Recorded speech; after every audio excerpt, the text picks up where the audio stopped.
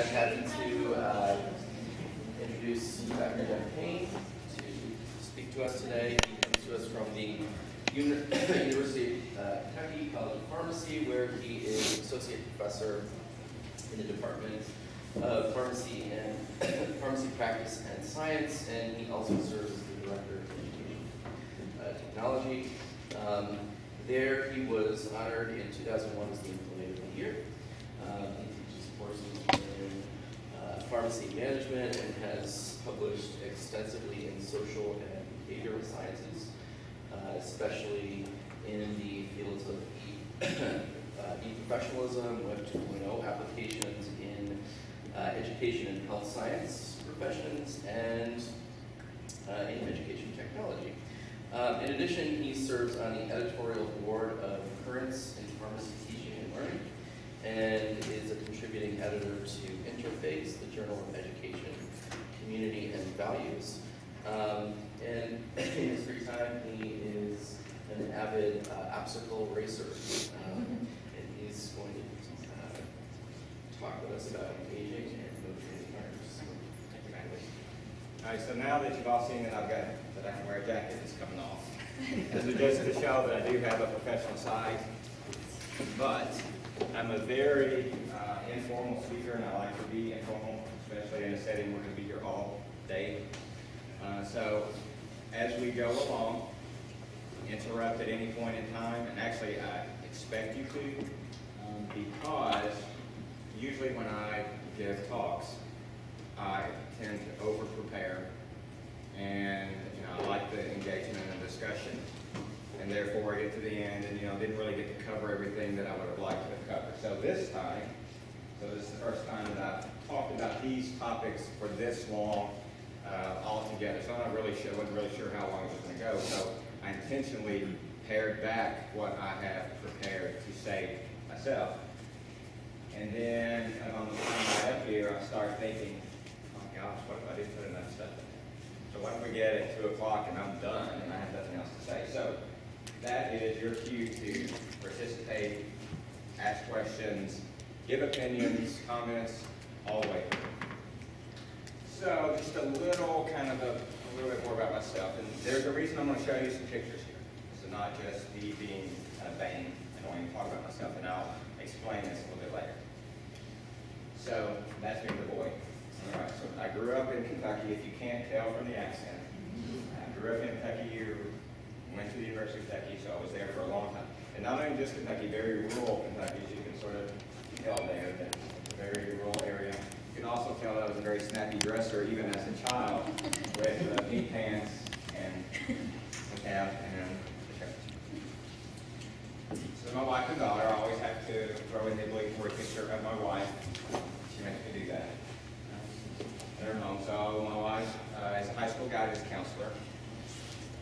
And so I incorporate a lot of the stuff that she actually tells me from her job as a high school counselor that she hears from the high school students who are, of course, our next students somewhere down the line of students, and how they look at things and how they perceive life and how they perceive school and what gets them excited and not. So, as we go along, I may incorporate some of her experiences and wisdom into the talk. So, I'm a big UK fan.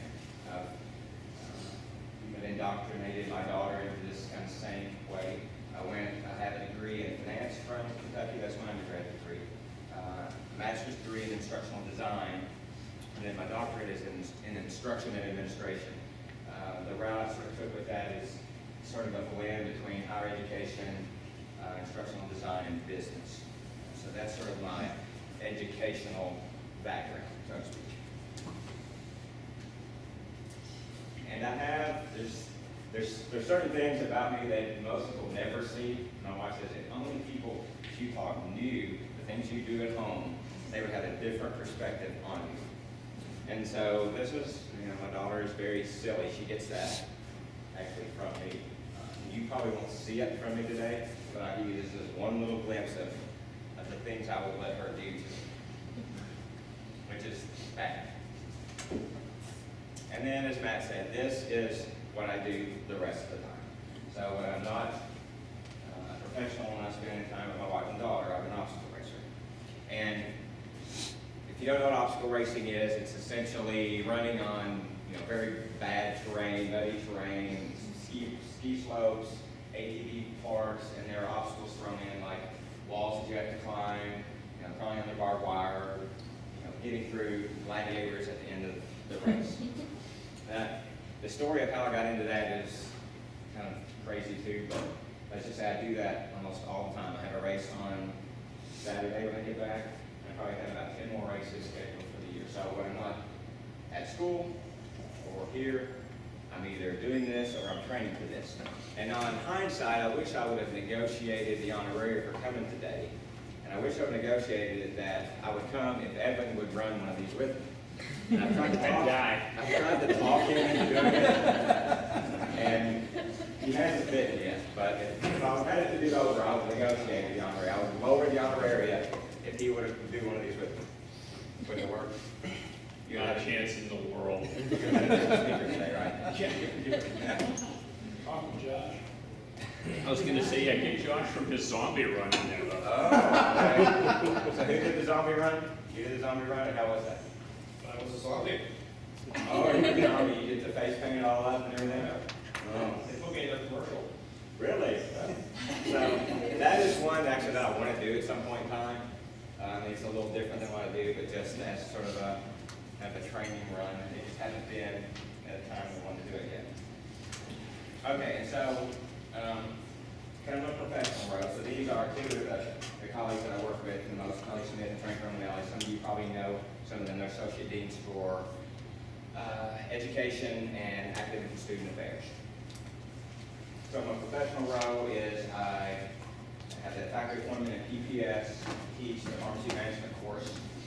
I think Dave Baker, he's the one that teaches management for you guys, so he's not here.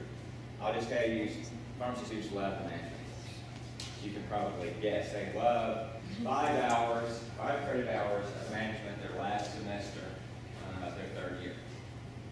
Given that when they come in there, and I do this kind of informal poll, that of the approximately 130 students that we have in class, there are about anywhere, the ones that would admit it, from 15 to 20 of them will admit that they have some type of interest in the course to begin with. So that kind of tells you that in my teaching experience, I've got a lot of ground to make up just from the get-go, from lack of interest. So hopefully what I can do today as we talk, I'll share some of the things that I've done or I'm going to continue to do, because I don't have it, and I don't have all the answers on engaging and motivating students. I have some answers.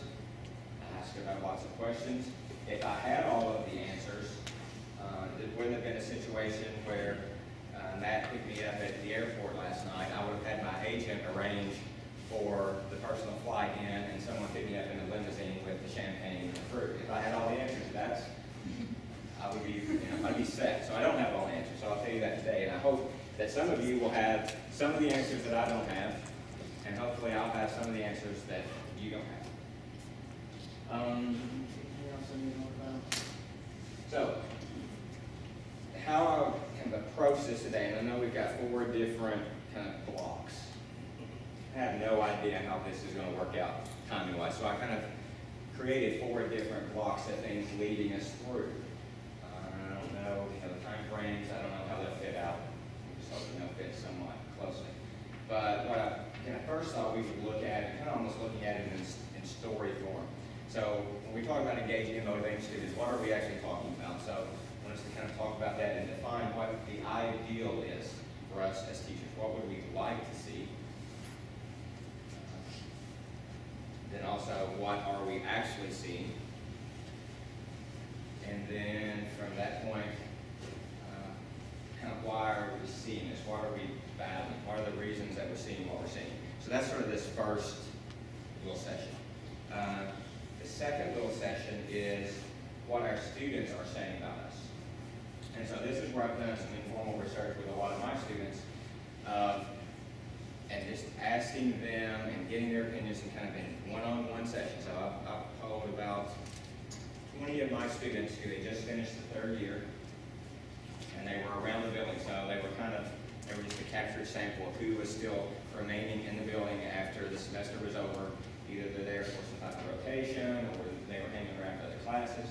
And I captured them and sat down and talked to them all for like 15 or 20 minutes about this kind of topic of what engages you with professors, what gets you motivated to learn, what do they do, what do they not do, what are the things that some professors do that turn you off.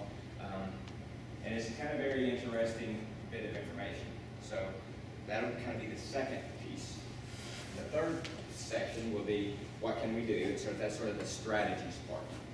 What are some of the different types of things we can do to keep our students engaged and motivated as we have defined it? And then the last piece is all going to be kind of question-based. So there's more kind of some philosophical questions that we'll kind of look at and discuss. And some of you be discussing kind of with each other for a little bit and then sharing it with the rest of the group. We make our students do that. I know they don't like it. I know you probably don't like it. I know I don't like it, but it tends to be one of those things that keep people engaged. So before I kind of go too far, I would kind of like just to know what some of you would want to get out of this, just to make sure that as I have the opportunity, I can make sure that some of those are addressed in some shape, form, or fashion. So now this is time for you all to talk. And so I know with every class there's always, so a class this size, I would expect there will be 2 people that's going to talk a lot today. And then 2 or 3 more that will talk a little bit more, and some of you that don't want to say anything. So who are my first, who are the 2 people that's always going to talk for me? And I'll find it out probably right now.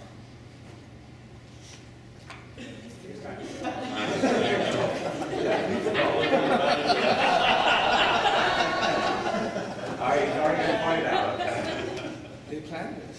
We're missing Dave. Dave's not here, so.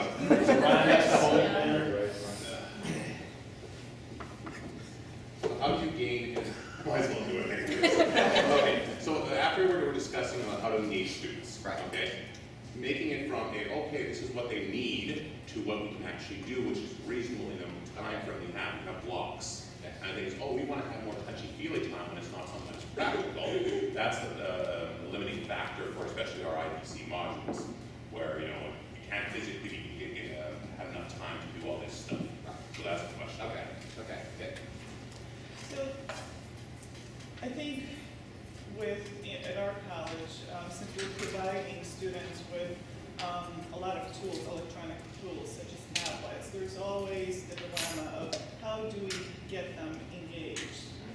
It seems like we get them engaged for brief periods of time, but really for longer periods of time, how do we do it in light of them having the tool in front of them? It's just so distracting.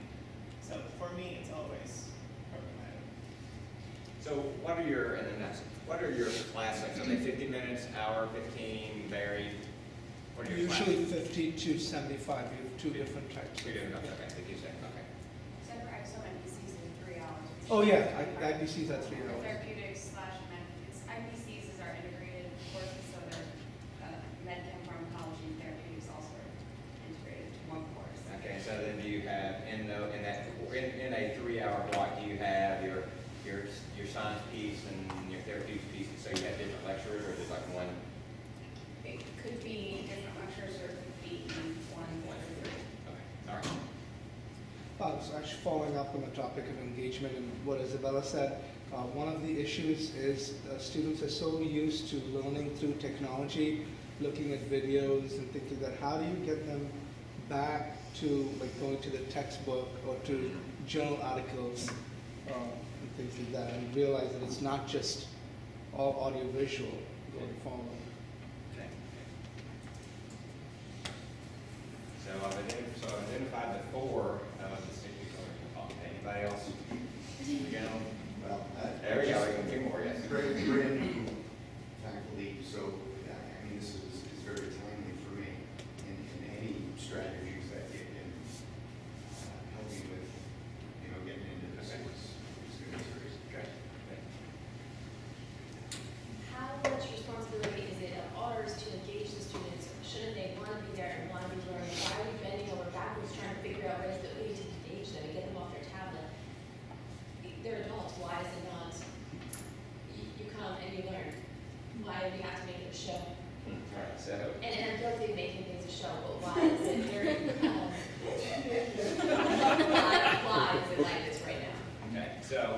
actually was a question that I spent a lot of time with yesterday. So before I came here, so yesterday I was at Nova Southeastern speaking at their faculty retreat on the topic of academic entitlement.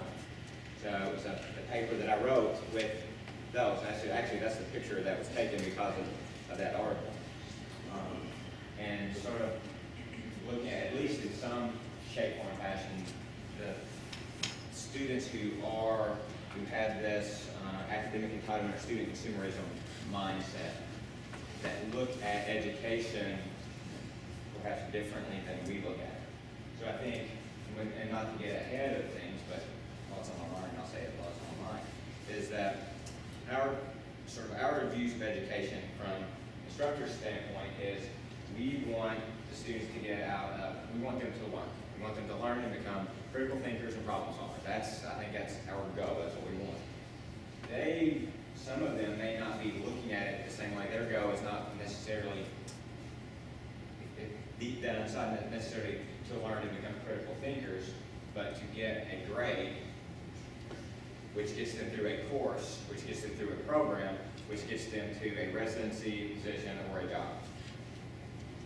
A mindset that it sort of appears to have shifted to some degree over the past few years, and that sort of is kind of somewhat gets at the root of what you're saying now. They're looking at it differently. It's like, okay, you are an impediment to me getting through to getting a job, and I have to work my way around you, over you, through you, under you, however to get there. An obstacle race. An obstacle race, exactly. There we go. There's not a lot of research on that. I think that is an area ripe for research. I mean, it's just very ripe for research. And I'll just kind of tell you, if you are interested in all of that research, I'll be glad to work with any of you on that. And just an interesting side of it, and we'll sort of get back to it. But we'll kind of, a lot of this will come back around to this sort of the mentality of some students, not all students.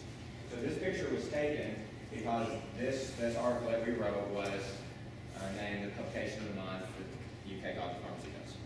So it's, you get your picture taken, you put it on the website, and they write a little abstract, and at the end of the year, like one paper of the year, and you get dinner with the dean, which is, I don't know if that's a reward or a penalty, but depends on how you want to look at it.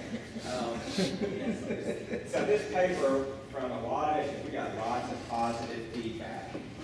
I'm sure there were some people that didn't like it, but we got lots of positive feedback from people that we didn't even know. I mean, lots of times you write a paper, you get from someone you know, it's like, hey, I saw your paper, nice paper, good job. We got emails from people that we didn't even know in not only pharmacy, but some of the other health professions, and even across the world, Great Britain and Australia, to say, you wrote what we've been kind of experiencing with, and so we're just glad to know this is not our own local phenomenon. So the thing about this was, so then this was published, I think, in December, so this went up sometime in April. And so the picture went up on the website, a little story. Well, you know who did not like the article? Students. Our students. Our students almost rioted. I mean, I was expecting like pitchforks and fire, coming up at our office. Comes to find out, for most of them, they didn't read the article. Is that surprising? It's not surprising, right? So they read the little blurb that was on the website, and they took it in that this was a research study on the UK College of Pharmacy students, and now we were outing them. Some students even said, well, we're afraid we're not going to get a job now because employers are going to think we're entitled. First of all, I was thinking, your employers aren't reading this article for one, so that's don't worry about that. Two is, it's not that, this article is not going to be the thing keeping you from getting a job. It's going to be the attitudes and the language you use on Facebook about this article that they see that's not going to get the job. I didn't tell them that. But this was, they did not like it. And I'll say they didn't like it. I said there were some students that came to us and said, you nailed it. We have students in our class that are exactly like this, and they don't really value school. They don't value education. They're here just to get through it and get the money. So we have a lot of our classmates. So that kind of starts to tell me that there are some students. And so the thing is this a blanket thing across all of our students? Are all of our students sort of feeling this way over, has this increased over time? Or is it that we now have with today's technologies and the communication patterns is we have the same kind of numbers of students, whatever that percentage might be, that are just louder. And it just makes it seem like that. So I don't know. I don't know the question. I don't know the answer. Okay, so that gives me something to go on. All right. Hope you can see this very well. This is kind of session one here, so searching for engagement. Can any of you tell by looking at this what this is? Okay, so it's fantasy basketball. Okay, so I'm not going to talk about that right now. I'm going to talk about it later. But this is to kind of give you the thing. So I'm going to tell you why this is up here a little bit later. So let's kind of start off then with defining. When we're talking about engaging students and motivating students, what exactly is it that we're looking for? What is we're the instructor, we're the faculty member. Ideally, what is it that we want to see? And I'm going to kind of keep record of this, and we might use this later, I don't know. Student success. Okay, so student success defined as? They learn. Okay, students learn, okay, and we're gonna say we know this from the test scores or? Yeah. Okay, so let's see, grades. Or assessment. Okay, assessment, all right, assessment. This one's down. There we go, there.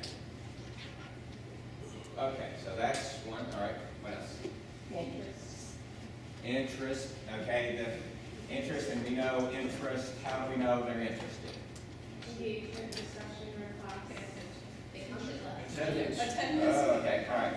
So now we're going, so we've got, so they discuss, and they attend.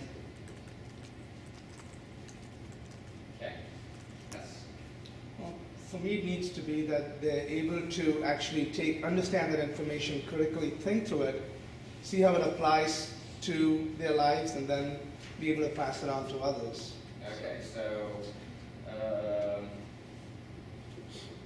critically examine and use, all right. All right, that's.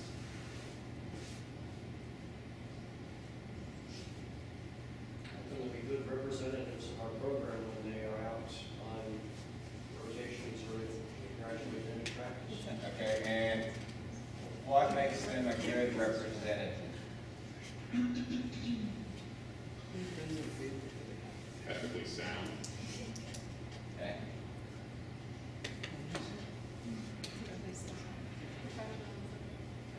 Professionalism, okay. Knowledgeable.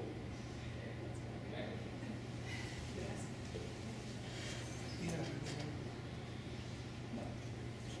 Empathetic. Okay.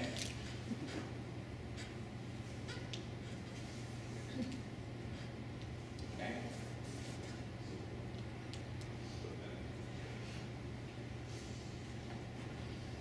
Anything else? So you're the faculty member, you're standing in front of your class. Is there anything else you want to see, or you want to see after class, or you want to see? They appreciate the subject matter. They may not love it, but they actually appreciate it. Oh, okay, all right. Let's put a little different. Okay, appreciation. So appreciation for why they need to know it, or for the value of it in some shape or fashion. Okay, appreciation. Respect of. Both the faculty member and the subject. Respect. Don't be asking for too much. And the subject. Okay, so how do they show? How do they show respect to the faculty member? What's the? By not talking in class when they know they're not supposed to, or not going on Facebook, or Be attentive and actually look up at the effort board. Okay. attentive, participating in. Attentive. Look up. Participation. Participation. Avoiding bad emails. Oh. What do we got?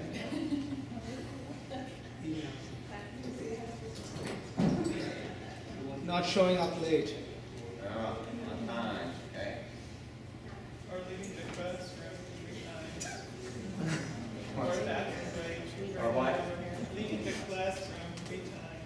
don't they? Yeah. Sounds very familiar to the things I discussed with Nova yesterday. It's very familiar to the things that we discussed at UK. Very familiar. Okay, so, stay put. Packing up the bag 10 minutes before the class.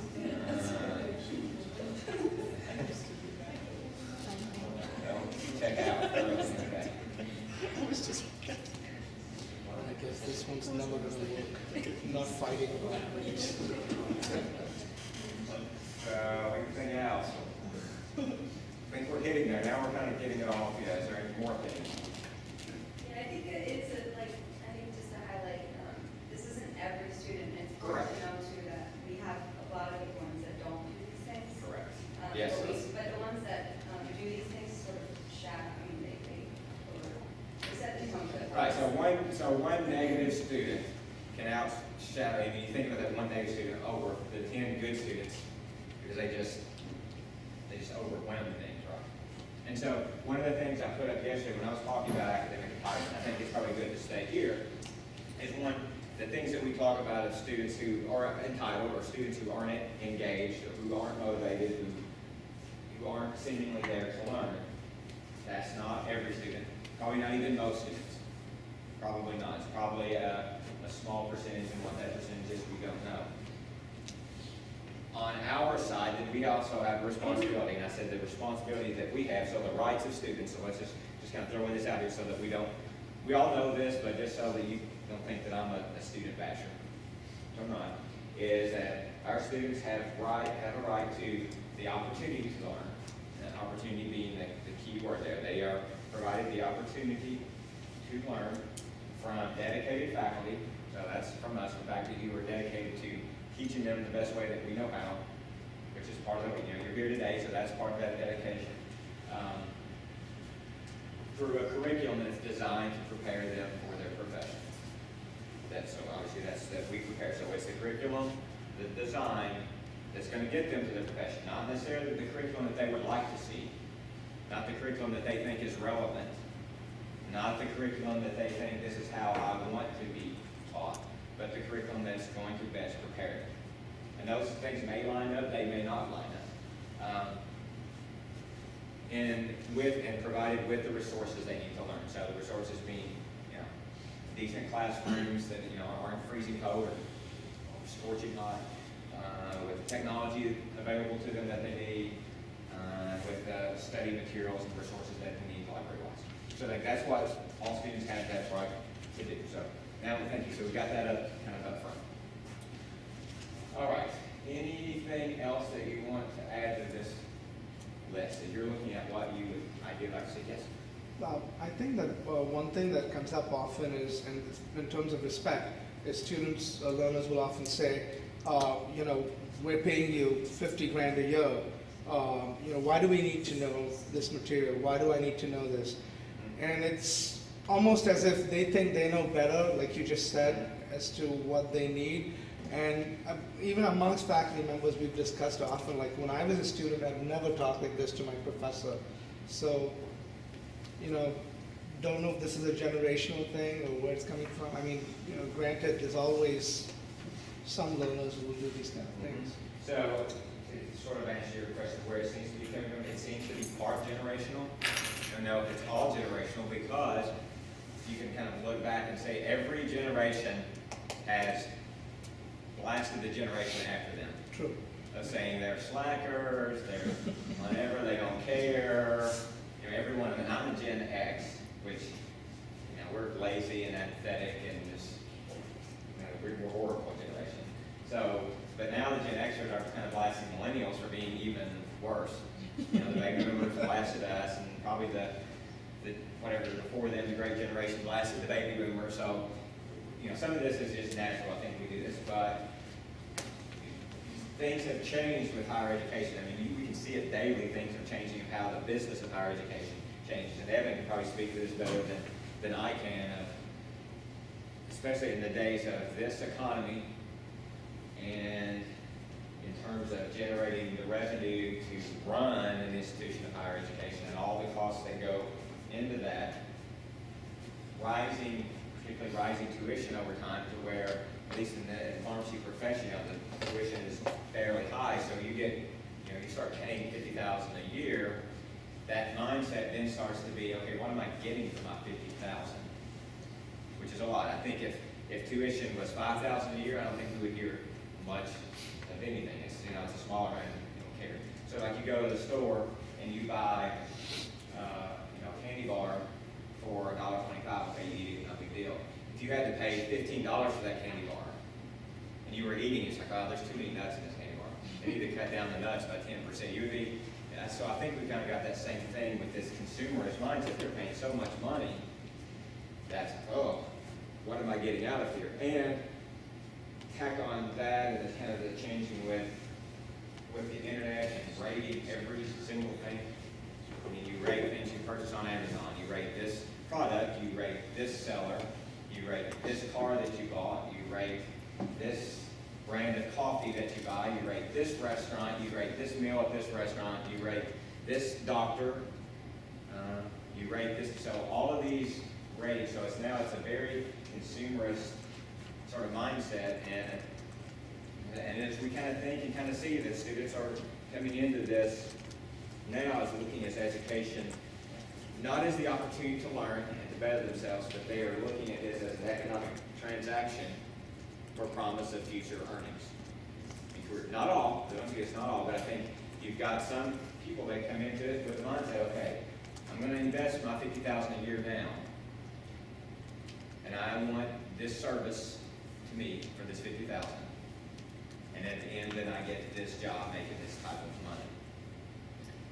Probably not a conscious thought, but it's probably just that subconscious and cultural type of thing. Okay, so this is good. All right. So this is what kind of we're looking for. All right. So now, this is our ideal. So what are the types of things that we're seeing? The types of things that you see. So I'm going to kind of start over here. We don't have to kind of match these up, so now we don't have to look at this now. So what are we seeing in the classroom when you're teaching students or trying to engage in motivated students? What are the types of things that you see, that we see, good or bad? Okay, entitlement. All right, so entitlement. And so, even though I sat there and talked about it, break that down, entitlement, kind of the things that you kind of fall into that.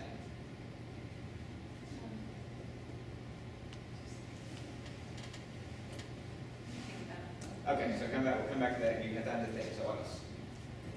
Students feel like, I mean, and it could be an age thing because I'm obviously a younger professor, but like very comfortable, at least with you, like when I'm in my emails or like, Okay. Where's my passport? I didn't get it yet or whatever. Okay, so comfortable with sort of the informal Yeah. informal relationship. Okay. Cool. That's like close. I can't spell, I promise. I finished in 6th grade. I finished second in the Casey County Apple Festival spelling bee. Comfortable.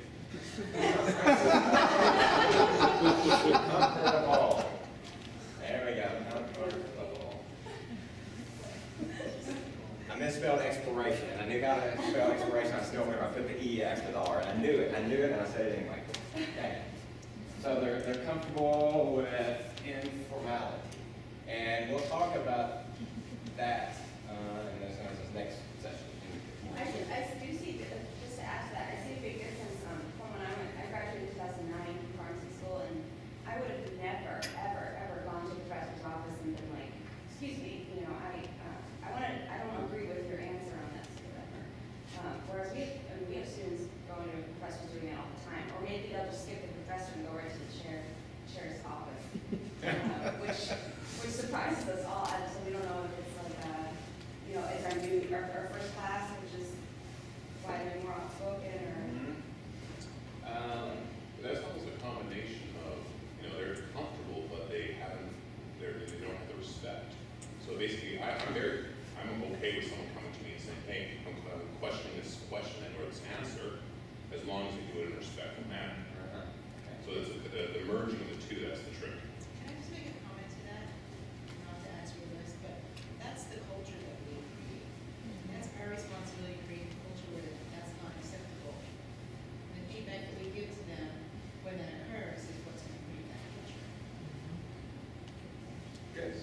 So and I'll also kind of add to that, and I was having a discussion on the way to the airport about this particular thing, about this topic, and he said something I hadn't thought about this before.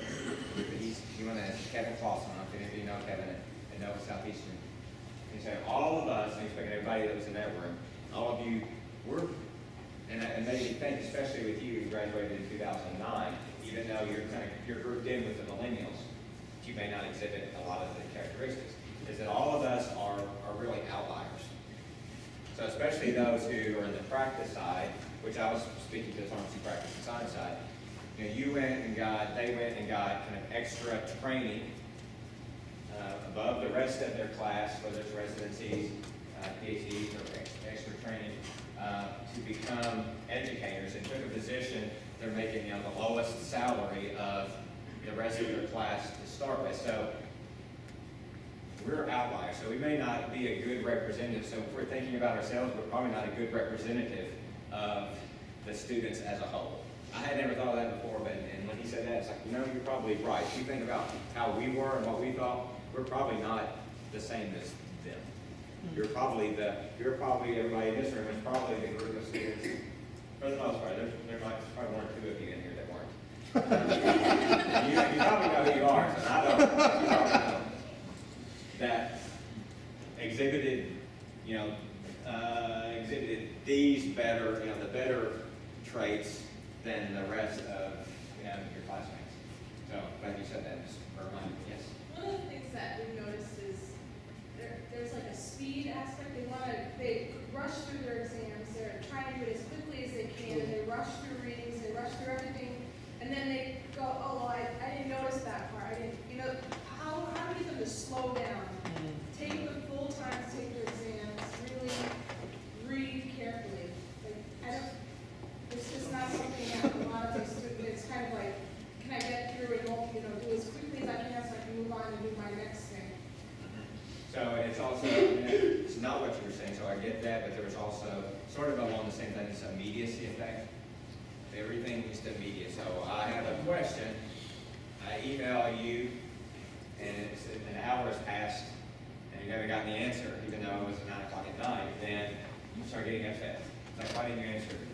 So some of the things I talked about yesterday, and we shared, like they collected these thoughts beforehand of things that professors had experienced. And so there was one email exchange so that they just kind of shared with the group to talk about, and it was a student had emailed a faculty like during the day, and there's different things in there. One, it started out with, "Hey, Dr. So-and-so," "Hey, Dr. So-and-so, please call me immediately at this number. I need to talk to you." So that's how I started the whole thing. Got started off that way. And so we had the entire exchange. And so, one of the things we have to do is, like you said, we have to respond to that. And it's our job to respond and correct actions from a student. So that person responded and said, first of all, this is sort of an inappropriate way to address me. Second, I am in a professional meeting now. I cannot respond to you at this time, even though he or she did respond because they responded. They just said, "I cannot respond to you at this time. Please inform me what the nature of this." And so then it kind of went on. So I can't really put it in email because it's too sensitive, but I need to talk to you as soon as possible. And it kind of went on and on and on until things really broke down. And I don't even know what the deal was, and no one mentioned how big a deal this was. But it was this sort of thing. And then there were some more emails that were shared. It's the night before the exam, final exam, not before the final exam. So the final exam was Monday morning. An email went out Sunday night at 10 o'clock saying, I've calculated and I need a certain, grade to, pass this course. Can you tell me what the subject matter is going to be on the cumulative part, the topics? I need to know this. I need to know this by midnight so I can study for it.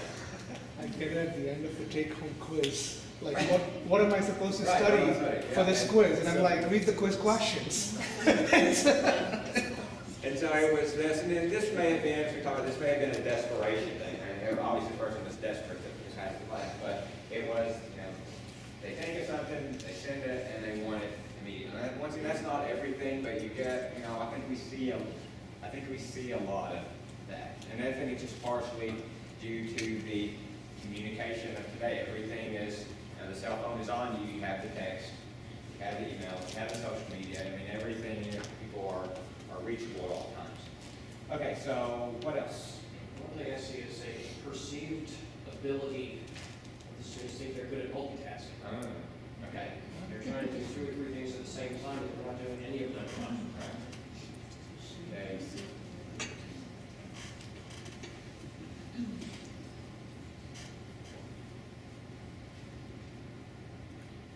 And I think a lot of the recent research has shown that people can't multitask. Well, you can do 2 separate tasks better by doing one than doing the other.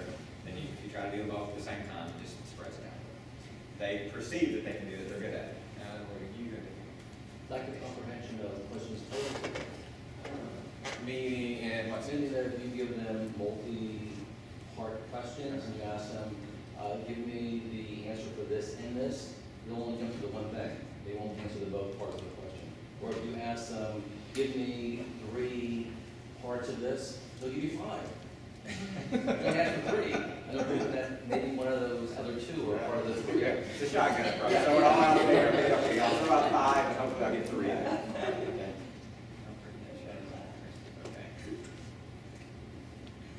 All right, so. In terms of the entitlement, Yeah. that the rules don't apply to them. Oh, okay. Yeah. Only an exception. Or they apply Always only to make other exception of the rule. Oh, okay. Or exceptions, yes, okay. Especially after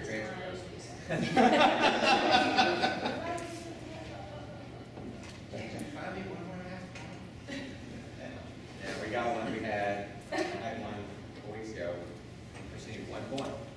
We make it very clear, next syllabus we go, very clear syllabus, 500 total points. Tell them 450 points you have an A, 449 to B. 450 is an A, 449 to B. We provide opportunities for 6 to 7 or 8 bonus questions per year. Don't come at the end of the year to get your grade back. Don't come and say, what can I do to get 1 more point? So there's no more opportunities. Still, I mean, even we do this, and we tell them time and time again, still at the end of the year, there's always one person that either got the B or they got the C. It's like, I just need 1 more point. I had to miss that one assignment back in February that if I could have made it, I would have gotten it. February, you didn't make it. This is what it is. So yes, understand that. What else? So not to ignore the positives we're finding, Right. in a class of 75, I do find a lot of very interested students, Yeah. very engaged students who display those characteristics that we're looking for. But I also find a lot of apathy and indifference. So I think that's, in terms of negative, I'd say like indifference would be one thing. Okay, so while we're on, and this is your thoughts here. Probably not. Well, it's not research based. It's not going to be published in a journal. But what you're going to say. But in your opinions, just from what you see, what kind of percentage of your class do you think is engaged and disengaged? At any, just a general. It depends if there was an IPC exam that day or not. Yeah, from class to class. Okay. So if there, all right. So if there is an IPC exam that day, what's the percentage? 0. Less than 20%. Okay. Because that's such a big portion of everything. They're putting all their eggs in that basket that they just go It get. doesn't matter Well, what, or they're it just doesn't matter what the class, test is, they have to there's a test. Yeah, there's a test, okay. So we have points and then we'll so if there's points associated with something, that automatically gets the attention. Talk about that, okay. So what we're just a general day, so there's no test, now you got a week before there are any tests or exams. 10%? I think it will 5 to 10%. It's pretty much it. It's about a third. So I'm hearing all kinds of different answers here, which is Definitely less than 50%. So let's see, I haven't heard Are anything more you than. talking about like lecture, straight didactic lecture? Yeah, let's just talk- It depends, what you. Okay, so let's just talk straight didactic lecture. Yeah. So about it, playing field. 20%? I think it's subjective. I mean, what I perceive is someone being engaged may be different from what you perceive. And, you know, we know this generation, you know, they may be paying attention while they spoke up. They just have to have it there. So, I mean, do you really know whether they're engaged or not? So we're definitely hearing, at least from what I'm hearing, half the class is not engaged. True. That's Half it. the class is That's an approximate number. Into there. Okay. So now we got some bias, and we got some selection bias. We even got selection bias here, that those who choose to come. Okay. All right, so okay, that's just, And again, I think the engagement goes with the attitude that they have to, so I mean, if they're really interested, or if they have the attitude that they need to learn, you see more engagement. Otherwise, you see people thinking like, oh, I can get all this on Echo, so forget it, or. Echo is different. And see, I actually had, so for my elective, I chose not to have it taped and no laptop policy, and I can say 75% of students were engaged. I mean, there was definitely the back row that were on their cell phones still, despite no laptop policy. But like, for sure, a lot of them were, and they definitely got that feedback. But we have to continue with our laptops in our larger classes, so. It depends on the subject. Okay, depends on the subject, and I think you're definitely right here. And when we say it depends on the subject, we're meaning it's subjects that they either like or think is relevant, is probably Value, that they value, that they value at this point in time, they pay attention to. And if they don't value it or see it as irrelevant, less engagement. I think it depends on the class size too, because True. when we have electives as opposed to the full class of 75, it's much easier to come up with activities for 17 students. And you can see once you start lecturing, as opposed to getting them in groups, that they know they're going to gain, they can gain so many points out of that activity. They're going to be engaged because, again, the carrot is in front of them. But in terms of lecture, then you switch the lecture. Even my department chair said, the minute I switch the lecture, Facebook.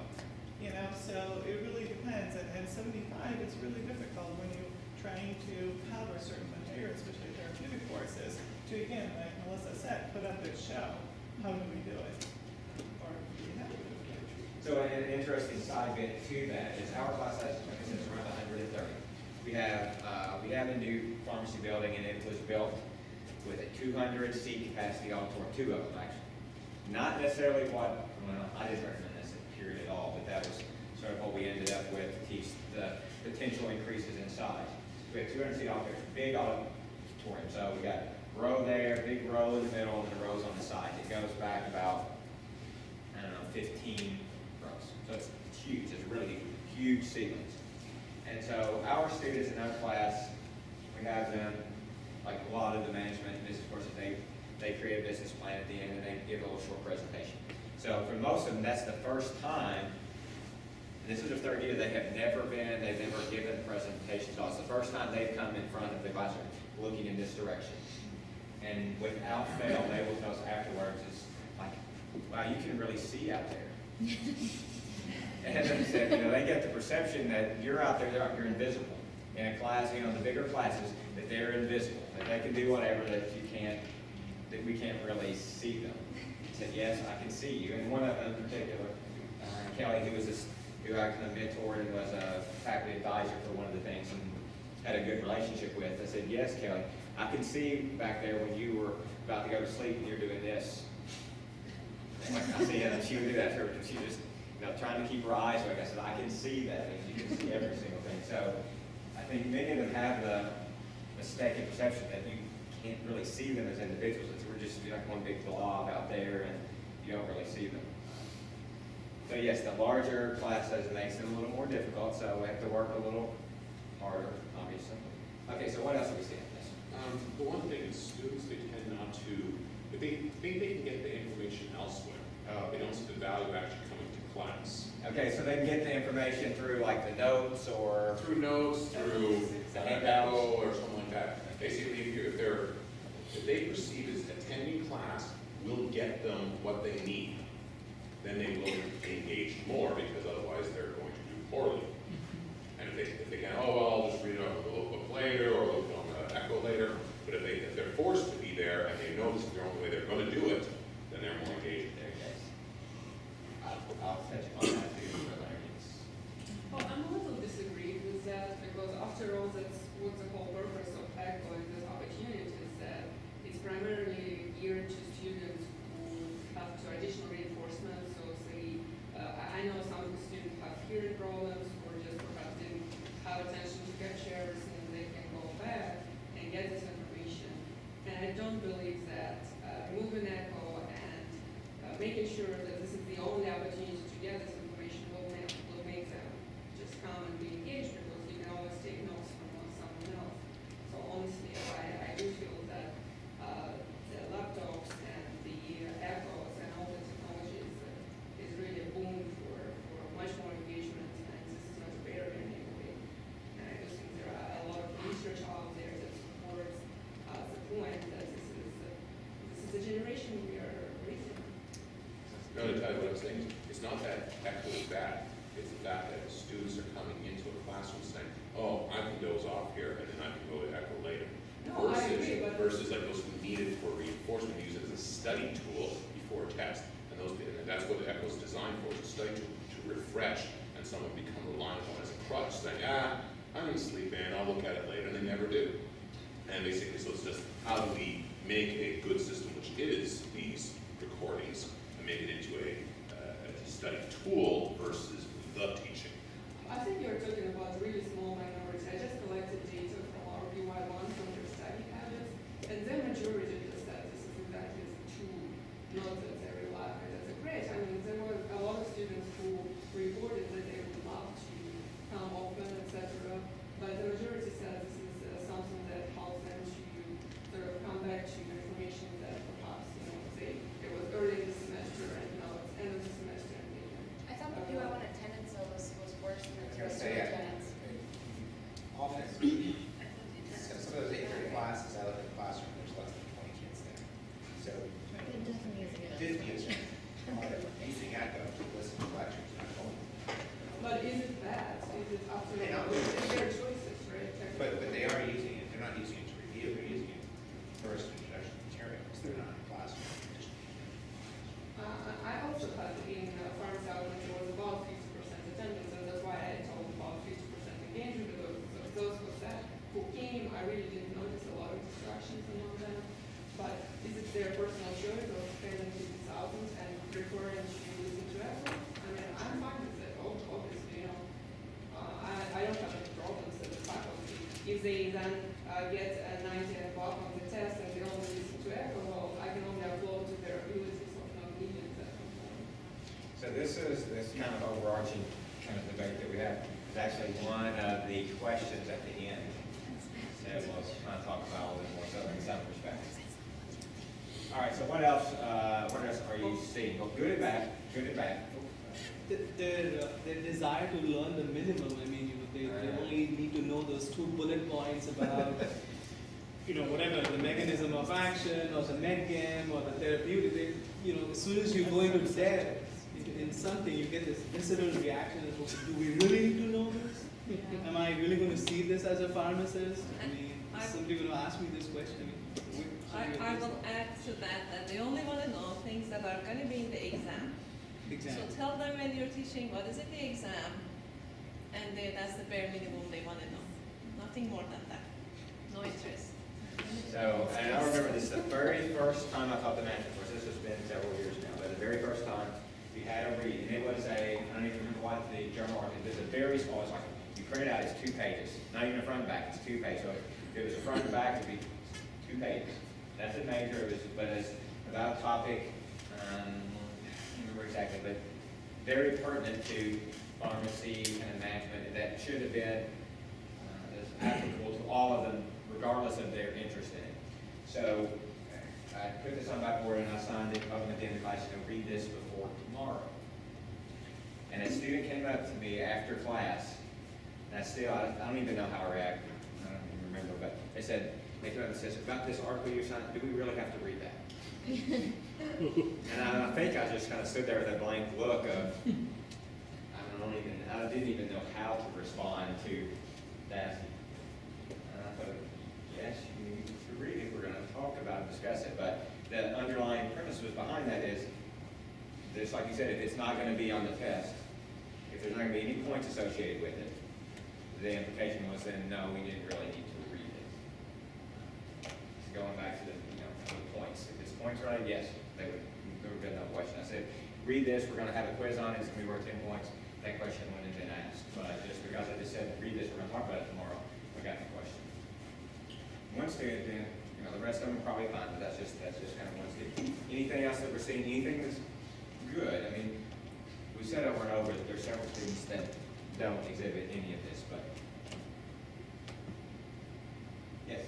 Part of the benefit of the comfortableness that they have with us is that if we say something incorrectly or we misspeak or something's wrong on our slides, sometimes it would have gone unnoticed, but a lot of them in a very professional way will say, I didn't understand, something seemed like it was backwards from what you said, what was on the slide. So they'll come to you so that the whole class gets clarification, whereas you might have not even noticed you said it incorrectly or that it was a typo on your slide.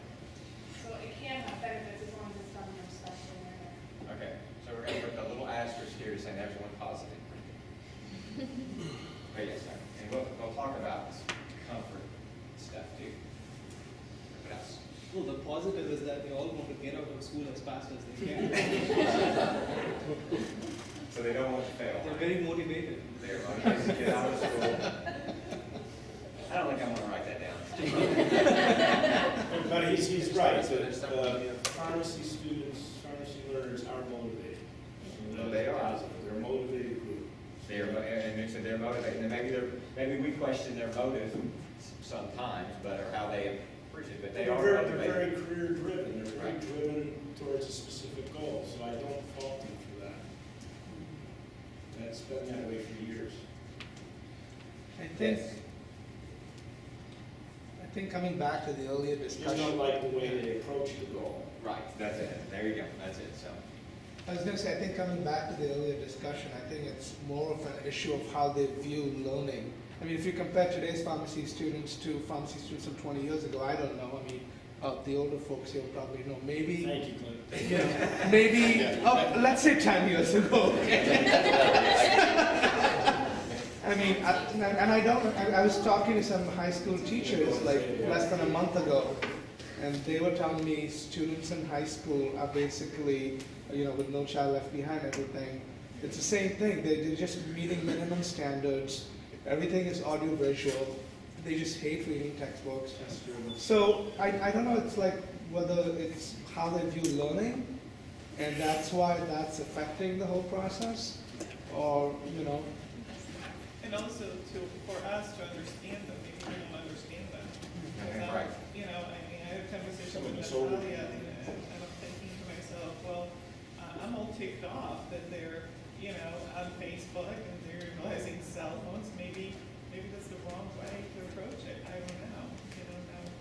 And hopefully we'll maybe try to understand them a little bit more in this session 2 that I kind of designed about what the students were saying about this. That gave me some insight to them that I didn't have, even though I thought I pretty well knew. It gave me a little bit more insight. Hopefully this will do. So the views for learning might be different.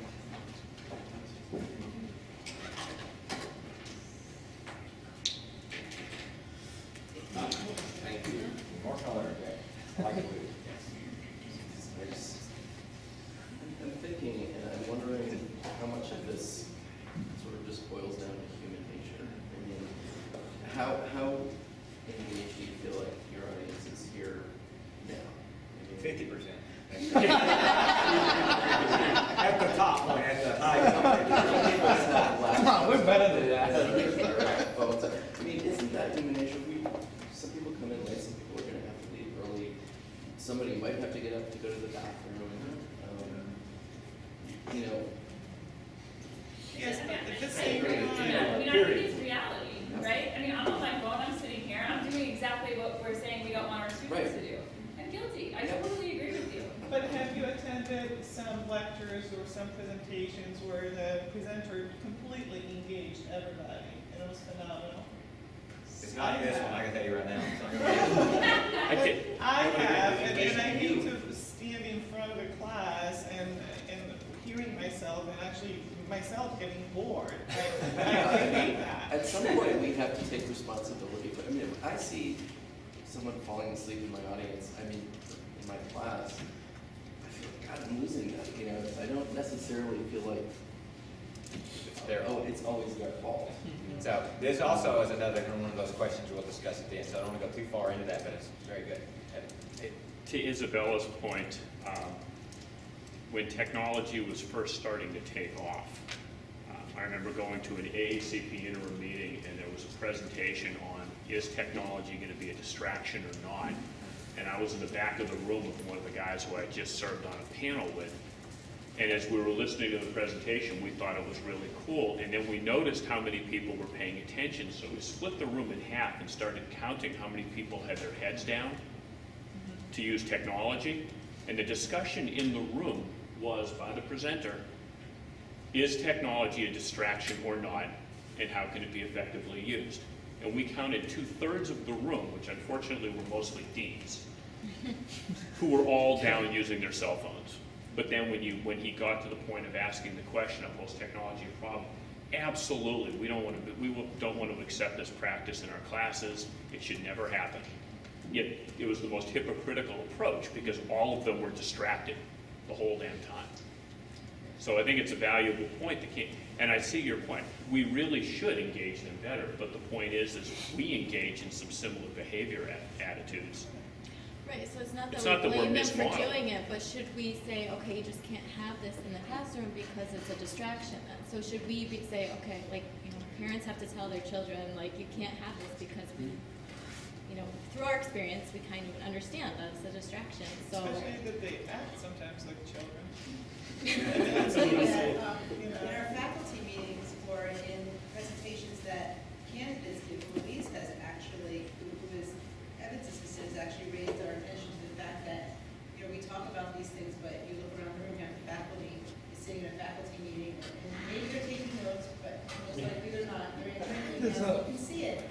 And that's the behavior that we're complaining. It's a I big completely difference agree, though. and we've talked about Yeah. this, where in fact, many people are in the cell phones and doing work, but no one's getting tested on what's on the faculty meeting, so that's the difference, like, you're not. Don't get any ideas of it. We don't. Thanks, Ron. Well, Dave keeps sending him emails. I think that it's not the same. I mean, if I'm in a lecture at an infectious disease meeting and it's something that I really will find practical for my practice, or useful or whatever for my practice, I'm going to pay attention. But if I go to a lecture that's not so practical for me, I probably will be on my cell phone. But one of the things that comes up there's a though, difference. Families, and it's a completely different scenario. The As di- opposed to yeah. students who their main job should be. Right. it is and it isn't in a sense. I agree that they're being assessed and we've attached things to the purpose of assessment. But at the same time, we're talking about a lot of, at least as I've been listening, a lot of affective related issues regarding that define professionalism, that provide desire to learn, that provide a lot of attributes which we should actually also have even though we're not being tested on something. So I don't completely agree with the idea that just because we're not being tested on it, we should not also model the same behaviors that we expect them to have, whether they're being assessed or not. I never had a cell phone when I teach. So this is going to be another one of the questions we'll look at further at the end. Okay, so anything else that we've got here? Anything else that you see that you like or don't like? Okay. All right, so let's go. So far your discussion has been good. I'm feeling a little better that I've got enough material to get this through. I was really concerned. I was like, oh my gosh, what if I did not prepare enough? What am I going to do? And I can't. I'm not a kind of ad-lib speaker. So, well, let's watch this little video. So this is a little different. I hadn't actually seen it before. Some of you have probably seen the Michael West videos, and it was visions of students. And I didn't didn't show this one, I may even show you. You've seen this before, if you know what I'm talking about, visions of students today. He's a Kansas State, somewhere like that, he's a thing in sociology. And he had his class project. The students basically did their own kind of survey of themselves, of who they are and what they were, and they kind of then presented the results. So actually what I'm going to do is I'm actually going to show you that one. It's only maybe one of you seen. This is a, here we go, let me do this. It really drives a lot of discussion. So this was undergrad, a few years ago. So these are actually probably the students that are in the pharmacy program right now. Students today. There's an updated one, but this, let me find the original. Okay, this is the original. Okay. Pause this, let it buffer a little bit. We don't really need noise.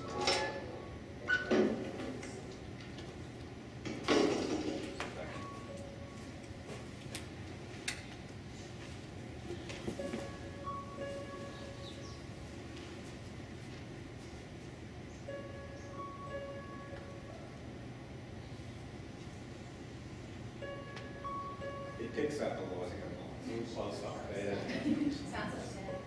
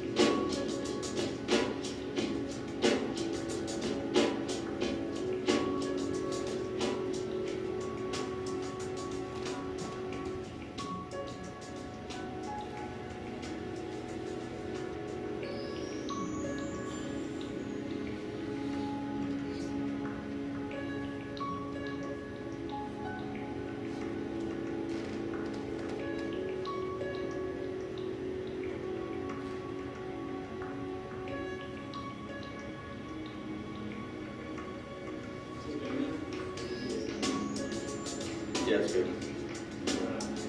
Probably.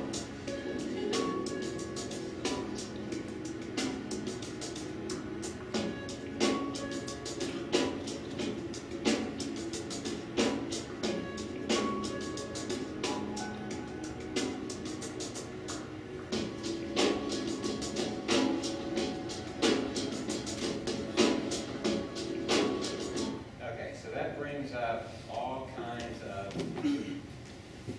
discussion points. So what kind of, so granted, this was, I don't know, like 2005 or something. These are undergrad students, so a lot of the undergrad issues, but I think some of it applies to us today. Anything that stand out to you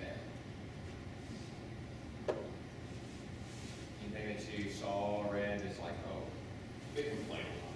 they complain a lot. Well, I think it's what Josh mentioned earlier, multitasking. There's so many things on their mind, and they're just trying to do it all. I never had to think of that many things when I was in school. It's So many of their times are on Facebook. I didn't have to know about like what was going on in 30 friends' lives when I was going to school, and be concerned about the problems they were having with their families or what they ate that morning, or I mean, it just. I had a lot of friends, but I read the post where she said that she had written so many papers, but yet 500 emails, and we always say there's not enough writing across the curriculum yet. They're writing a lot, it's just not necessarily writing. And they're reading a lot. It's just not textbooks. No, I mean a lot of email and Facebook. All right, so let's, there we go, yeah, we'll kind of go. All right, so this is a quote, this is from an Educos, Educos. Mark Prinsky's very kind of well-known writer, kind of digital age kind of stuff. So this is a quote from his thing. I'll just let you read it.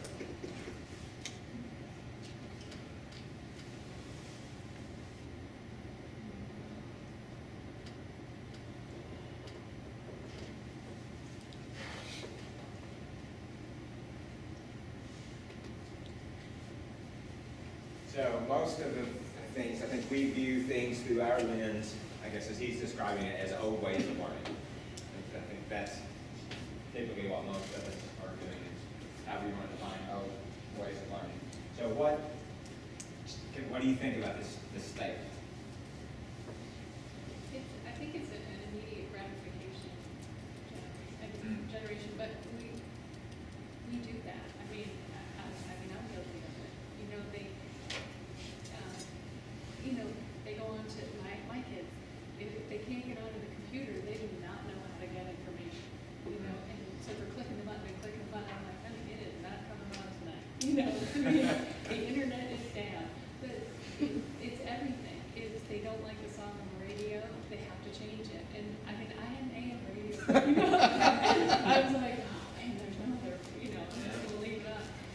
But it's immediate. If they don't like where they are, they change it.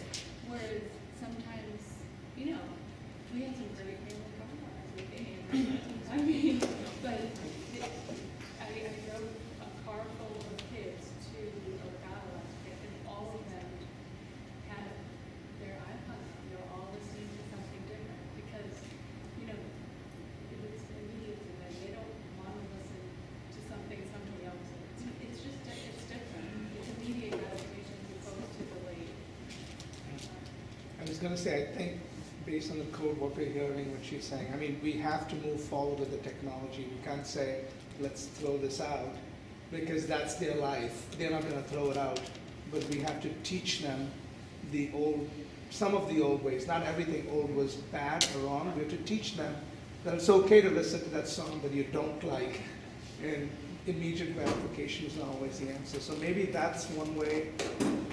Because if we're going to say, sorry, out with the technology completely, we're going to lose them, I think. Yes. So we had, speaking, I guess, right across, almost, let's say we, is all of us over the same age, but had 3 TV stations growing up. 3 networks. And it's in 4, you have to get PBS, so ABC, NBC, CBS, and PBS. There's a good chance that at any point in time, there was something on television you didn't want to watch. I mean, there was nothing on there you wanted to watch, especially from like 5 to 7 when you had the local news and the nightly news. There was something you just didn't want to watch. So there was not much to engage you in television. And now there are, your basic cable is 200 stations. There's something there. If you said you don't like the songs that are that are playing on the radio, well, you have your iPod with your 250 songs that you personally like, so you've got all of those to choose from. So the choice is, what you do at a time is so broader. It's so much broader to do the things that we like, whereas I think a lot of us were forced to do things that we didn't like just because we didn't have any other better choice. And if we were put, if I was a kid and put in my child's shoes today, the students today, probably most of us would be acting exactly the same way the students today are, just because of the different environment. So we just kind of keep this in mind. All right. So now, kind of going on. All right, so 5 points for anybody can tell me what this is from. Oh, wow. More than I thought. More than I thought. Okay, so I have a newfound respect for Washington for knowing what this is. So how many of you have not seen First? The second one was not very good. All right, so most of you have not seen First. So this is a movie that came out in the late 80s. I actually saw it at the university. There was a showing. Probably not a movie I would have went to see in general, but it was a free showing, so I went and saw it, and I love it. It's one of my favorite movies. Which says a little bit something about me. It's probably not good, but okay. So the premise behind this is you got these characters, and they were in this little podunk town out in the west somewhere, and all of a sudden there was a creature that they didn't know that was sort of attacking things. 2 of them. Good.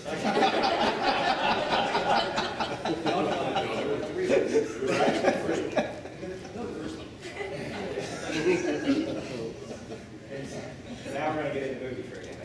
So the thing they started to do was start to try to figure out how to escape or how to get rid of these creatures. And so some of the earlier attempts they weren't successful because they didn't know they didn't know what in the world was going on. They're supposed to do. So as you can see, I'm trying to make this parallel here of the next step is in knowing what our enemy is when we're trying to battle this lack of engagement and lack of motivation.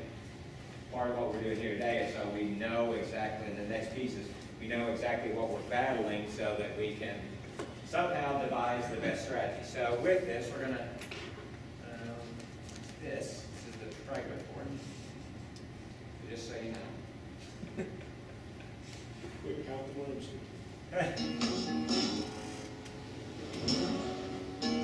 Welcome to Perfection, Nevada, land of opportunity. You know how close I am to leaving this place right now? How close? Where a man can make a clean living. See, we plan ahead. That way we don't do anything right now. Explain it to me. Hey, Bendy, what's the count? 640. In perfection, they say there's nothing new under the sun, but under the ground.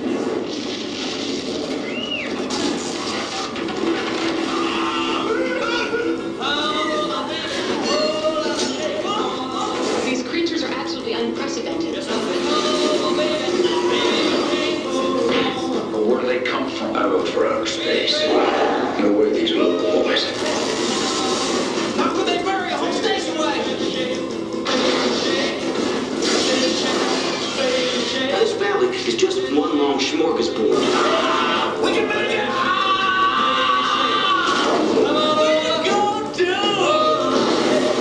That's how they get you. They're under the ground. Damn prairie dog burrow. We arm ourselves. We set perimeters. We stand guard. Kevin Bacon. We get in People magazine. Fred Ward. People. Hell. National Geographic. Tremors. We decided to leave this place just one damn day too late.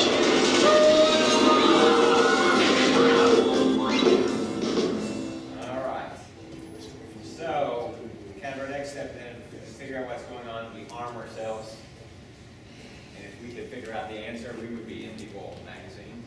National Geographic, Time, whatever. All right, so moving on. In about 15 minutes, then we've got kind of the first break. All right, no longer Emmy, get the right thing here. Okay, so what are we battling? So I'm going to kind of take some of the things here, and I'm not just going to list them. So we've kind of discussed some of them, but we can kind of re-talk. So what are the things that are making, some of this happen? Yes. Say our students will think they own control. They have control over everything in their lives. Oh, okay, so students want control. Oh, that's very good. And we as faculty, we don't want to do that. All right, so very good. Human nature. And what else? What are the other things that we're battling, that we're having to deal with, that kind of makes these sort of things, or actually makes these sort of things happen? And we've discussed some of them, but you can repeat them. Distractions. Okay, so we've got digital distractions and of all kinds. Okay, what else? Laziness. Laziness. Okay.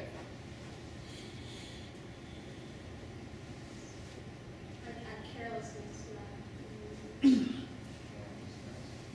Consumerist mindset. Okay.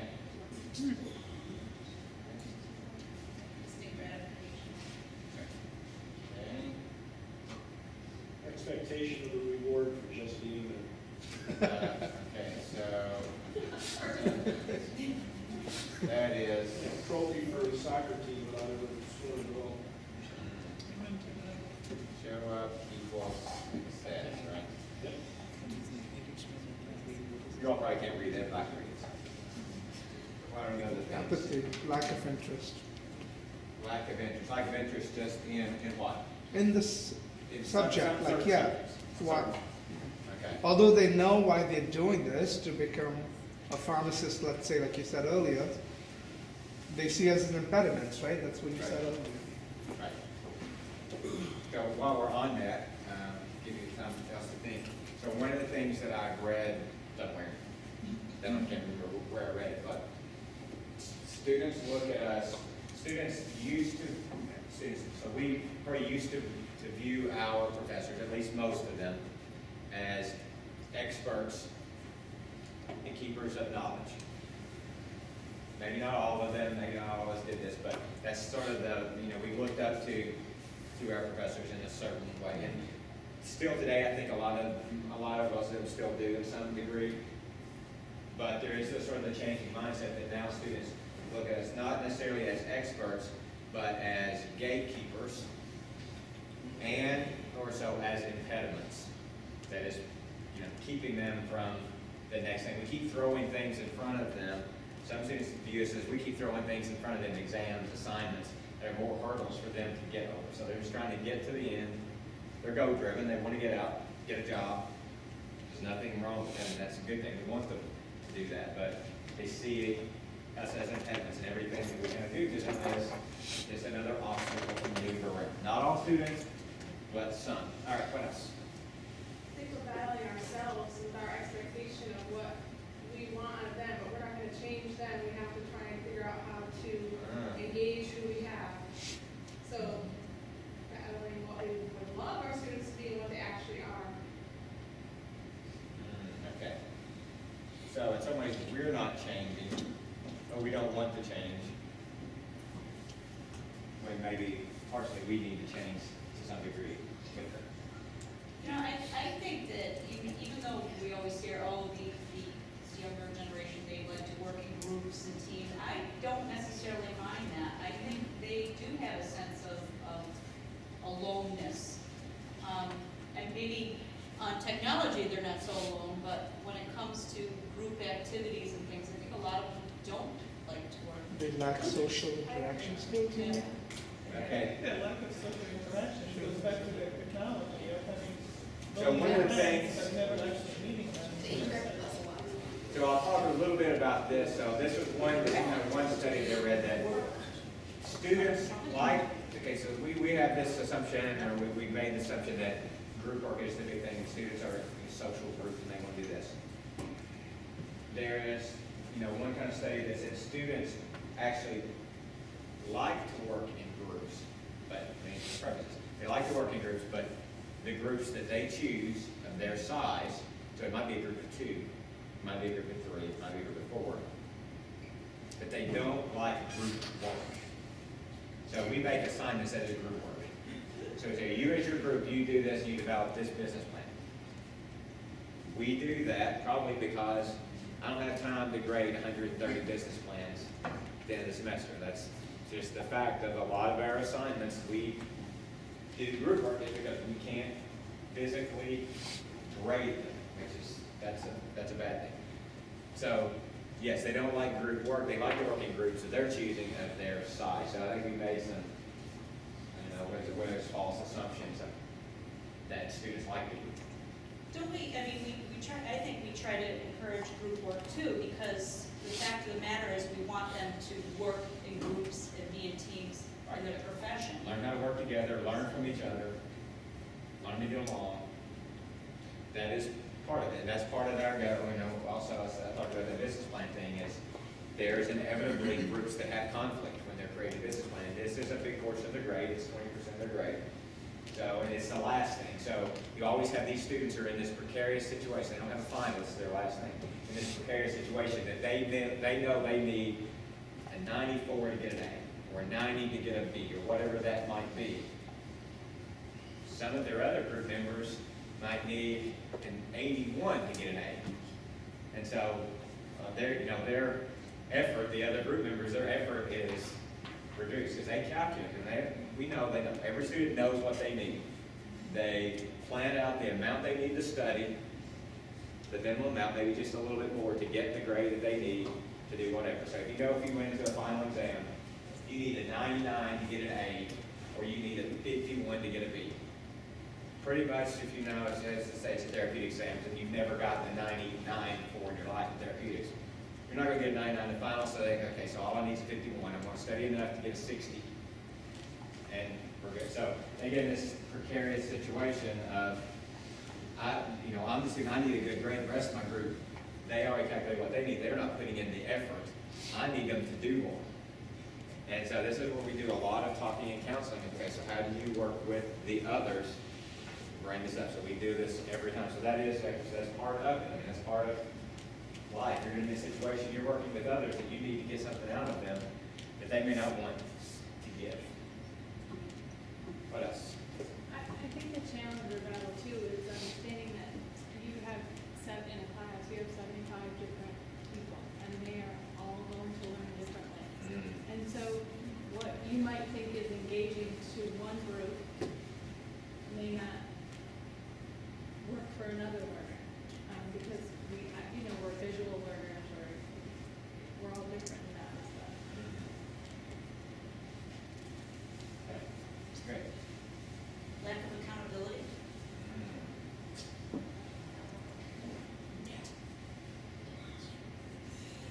So when we say lack of accountability, it's lack of accountability for their own learning.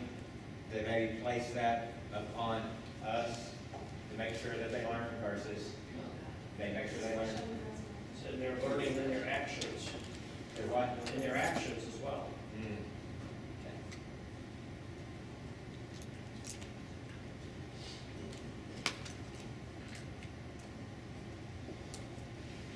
Now, if your students were to walk in here today and they started to read all this on the board, they would be riding and pitchforks, just like our students did. So we all know that this is not everyone, but there are some of them that meet a lot of these types of things. I teach an academic pharmacy elective. I have 8 students, and we spent the last week of our class on your paper on it. Talked about narcissism, student consumerism, 5 traits of academic. They did not disagree with any of them. Right. That case is just a unique subset of our 75. They did not find much to disagree with in your paper. Well, I've got 8 students at UK that I would gladly trade you. You're not going to Well, and it could be also, from they took that as an attack on them, which they didn't read, which that's, a completely different issue. But thank you for sharing. We battled a minimalist, so that person who just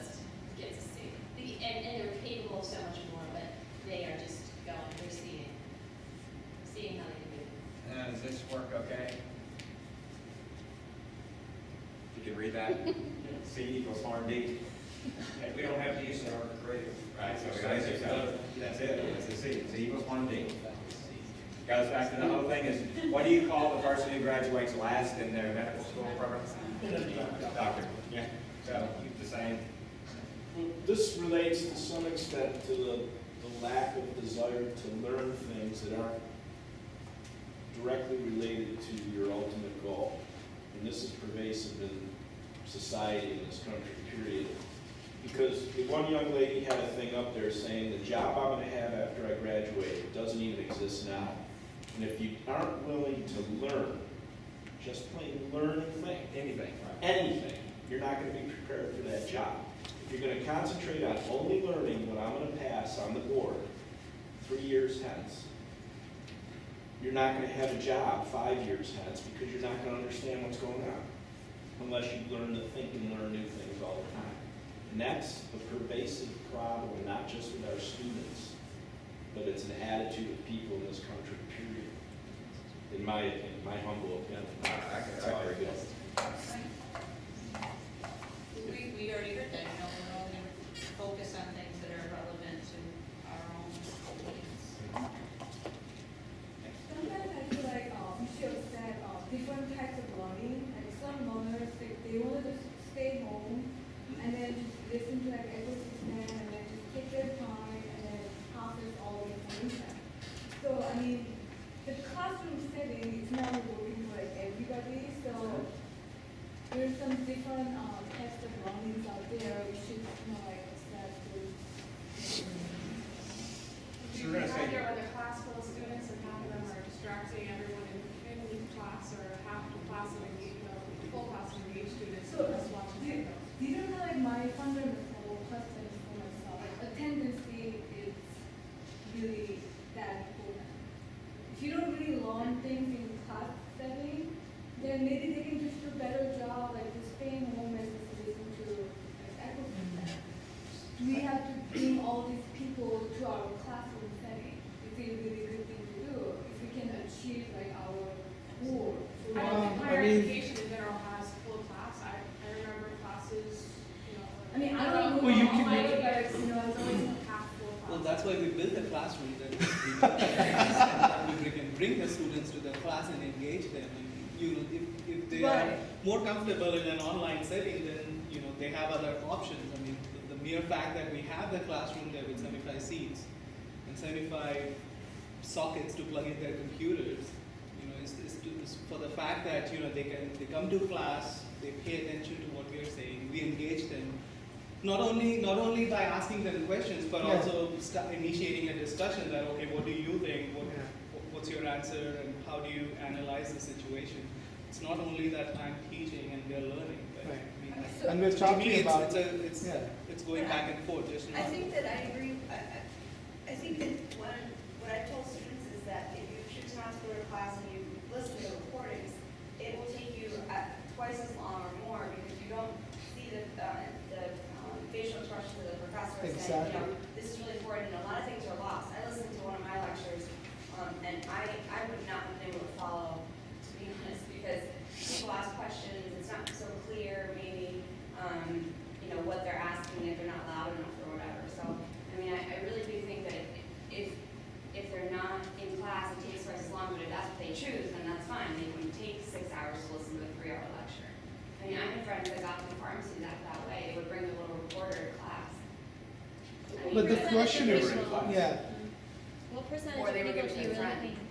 Well, the best, I said that to somebody, and she was long, she goes, well, actually, I just double speed the echo, so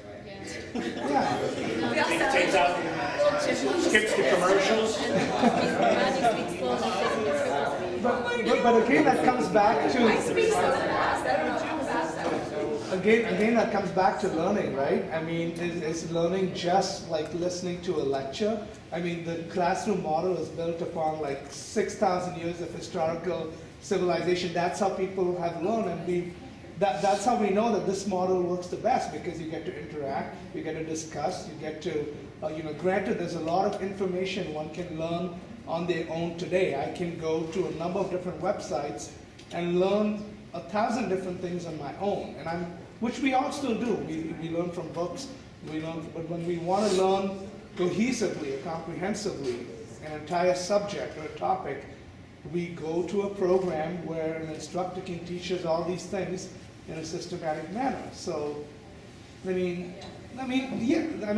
so many self-help books out there. You can learn whatever you want on your own. But I mean, I don't want to take away the importance of the echo, because I've had students coming into my office and they've said that, oh, I didn't get what you were trying to say in the lecture, which is most of the class when I teach.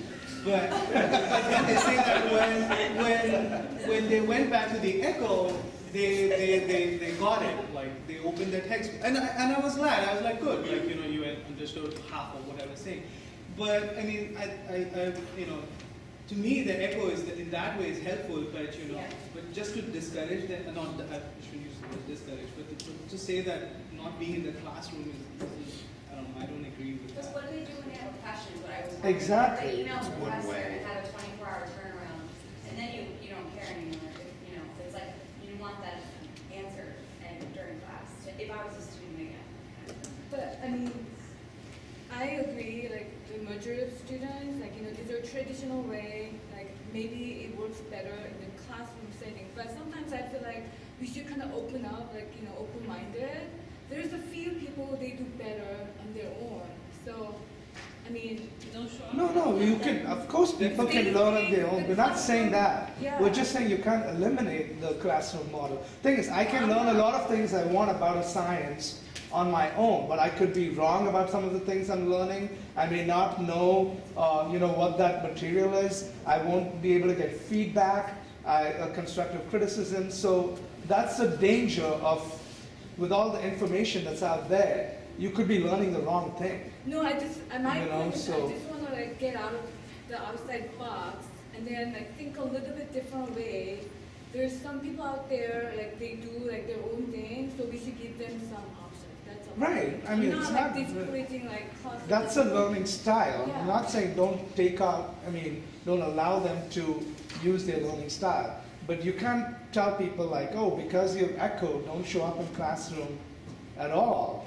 No, I'm not. Yeah, I don't that's- challenge them. I don't think you're right. Because we're saying that they have options. So, and I always emphasize that yes, they lose a lot of information just through listening. But if that's their learning style, why not?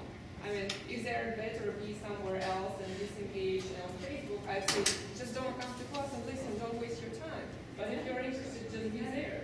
Right. That's what I tell don't come to class for me.